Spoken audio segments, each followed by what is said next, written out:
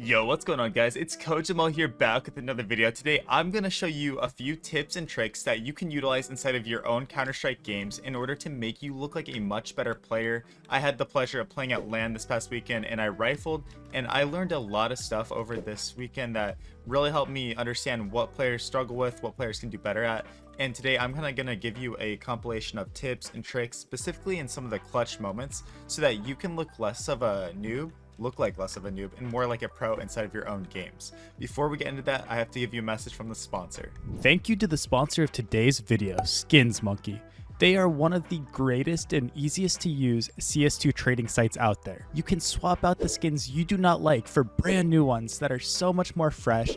Even skins that are trade locked can be secured by adding them to your backpack. The greatest thing about the site is that you can buy skins for so much cheaper with a 35% deposit bonus when you use my code CoJo. Make sure to check out the freebie section where you can get a free skin just by completing tasks. On top of the bonuses, you also get a $5 bonus when clicking the link in the description.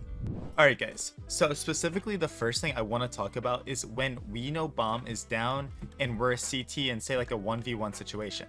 Now a lot of times on like a map like Mirage, you are going to find yourself in a 1v1 and you're going to know that the T is in CT and they're going to know that you're trying to cross site.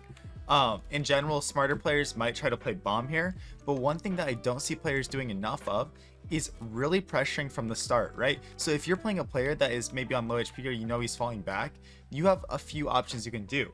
If there is a lot of time on the clock and you don't have much util, it's probably best to fight the guy because he's on low HP. You have him pinned down maybe in a corner, and it can be something as simple as clearing out these angles, tapping the bomb, and then waiting for him to swing. Posting on an angle like this and waiting for him to swing. You win the round. If he was here, you know, when you cleared it earlier, you have a favorable fight.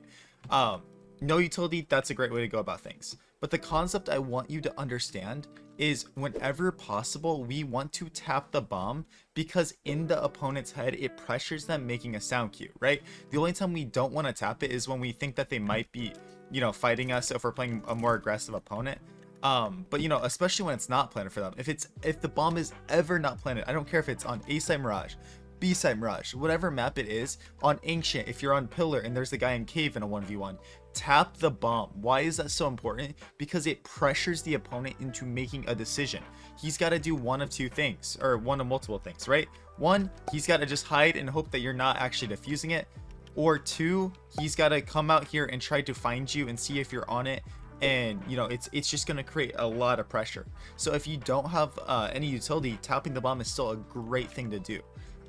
If it's not planned for him, one thing you can do is just stick it, like, you know, defuse and wait till you hear footsteps, right? If you know he's playing back CT, you know he has to run to make a play, right? He has to run to fight you. So if you just sit here and stick it in your head, you're listening. Is he running? Okay, he's starting to run. And if he gets really close to you and you're not about to get it, then get off and, you know, shoot him or whatever, or get off and fight him. Now, what I see the mistake most people making is when they have utility, man. Utility is going to win you so many of these clutches, and you're going to do the exact same concept that I taught you of tapping the bomb to pressure the opponent, because new players and noobs don't do that. They don't tap the bomb. They don't like you know, pressure the opponent. So if I'm a T and I don't hear that bomb tapped, I'm chilling. Like, I'm sitting here, okay, they're not tapping the bomb, I'm just gonna get ready to fight. Okay, he's not tapping it, right? He's just holding or something. What the heck? And I'm playing back here spotting, and then if you swing me, I knife out and go into a farther angle. And if you're a T, you can utilize this tactic too. But if that bomb is tapped, now I have to start shifting forward. So we're gonna utilize that, you know, kind of like the way the game works and the way people play, and we're gonna take it to the next level because we're gonna throw a smoke down, and you know, we're gonna hold, tap the bomb as it goes on, and then jump up here on default. Because what is he going to do? That smoke's down, we just tap the bomb. Literally 9 out of 10 times, even against very experienced players, they're going to have to come out here and eventually start spamming. They have to. They eventually have to start spamming or run in here and try to knife you or HE the smoke. Whatever it is, they are going to have to do something, right? So really good players are going to smoke, hold, tap the bomb, and then reposition and get ready for the spam. and then get up here and kill them as they're shooting, right? Doesn't matter where you're at. It can be on triple site here. Don't mess up your jumps. They're spamming right here. Maybe you smoked right there. Boom, you swing out and kill them. It's the easiest rounds you'll ever win in your life, but it all starts from tapping that bomb. It starts right from tapping the bomb, because then it pressures your opponent.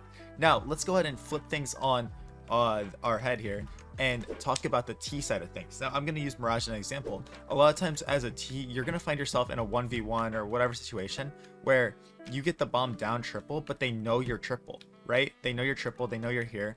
And one thing that I love utilizing is going for little jiggle spots or jiggle plays, right? So say if we know the opponent's on catwalk, one thing I love to do is show that, you know, maybe we jump across, maybe we fight him and show that we're on this side, and then I wait to try to find a timing to cross back and then sneak back into CT, right? So maybe while he was like in catwalk, he got pressured by us fighting or whatever, and he decided, okay, I'm just gonna go into jungle. Do you see from his screen right now on this player's screen that they are blind to what's happening on A side? Last thing he knew, you were crossing default side, right? So as he's jumping in here into window and coming up into this position, he's thinking you are on this half of the map, right? This half of the map he's thinking you're on, and you're sitting in CT with the bomb planted, just waiting for him to come in, and then we're playing the same position I was showing you guys earlier, and we're in the same situation. But now because of the trick that we played on him, maybe we can just hold an arrow, maybe we can sit ticket, wait for him to start running across, and then shoot him as he's like sprinting in this angle, or you know, maybe we can hold an off angle. But this is something that new players and even level 10s don't utilize enough, that has won me so many rounds, guys. It's like literally doing these outplays and maneuvers is so good. And one thing I like to do to take this further is, if you have space and time in the round, one thing I like to do is like kind of not planting for yourself. So a really smart player is going to plant for himself. If I plant it here, I'm probably going to play for catwalk, right? Or in this position you can play for apps. If I plant a default, I kind of have to play from apps, right? If they clear sight and don't see you anywhere, they're like, okay, he's in apps. So one thing I love utilizing is planting the bomb for somewhere like market, like planting on this wall if I know it's safe. Like say I know for sure the other guy's all the way on A site, planting here for market. And then what is the CT going to do? If he's retaking from cat, he's clearing out sight, he doesn't see anything, you know, he's coming in here doing everything. Oh, bombs right there. Okay, the team must have pushed into market because I don't see anyone, no one's shooting me. But in reality, you're just sitting up here, or actually if he's coming from cat, like, you know, every situation is gonna be different, but maybe you're just sitting up here behind the wall, like holding, oh, he's coming cat 1v1, and one, you could probably just kill him as he's crossing, but two, if the round gets messy or whatever, boom, now you're here in apps, he's defusing the bomb, you shoot him in the back of the head. Same thing, you plant for apps back here, but what do? You take a risk and come to market. Oh, nobody's market, the guy was coming cat. Okay, wait for him to cross, and boom, because this guy's like, oh, the bomb's playing default, he's gonna be playing from site or apps. Just taking these liberties is extremely valuable in 1vx situations, 1v2s, 1v1s, and you can really outplay your opponent. On Mirage, one of my favorite things to do is plant the bomb side triple here, right? Say I know he's like in market on B, I plant the bomb side triple, knife out, and I'm trying to come up here and get into Palace. Now you might be like, why would you go to Palace? If he's crouching, you can't see the bomb there. Because I'm sitting in Palace here waiting for the CT to come in sight. And again, it's planted right here. There's so many possibilities. I could be ramp. I could be, I could have been jungle or con if he came from CT. I could be in a million places, and I'm actually in the one spot it's not planted for, and I'm trying to play the round before he diffuses, right? So as he's coming in through CT, I'm waiting for him to be in transition, which means running. We're waiting for him to be running, making steps, and we swing out and kill him, right? Versus, if we actually planted here, we might play for bomb because we're actually, positioned in our right spot, right? We're in connector. And one thing newer players don't do, you don't always have to go for the kill. If he taps the bomb and you're in connector, good players are going to jump spot here. And what was the purpose of that? To see if he's on it. If his back's turned to you and he's actually diffusing, we just pop up here and kill him then. But a lot of times you're going to jump spot and see that he's off of it. So then you can just sit here and hide. And then, oh, he tapped it again. Same thing. Boom. Jump spot like that.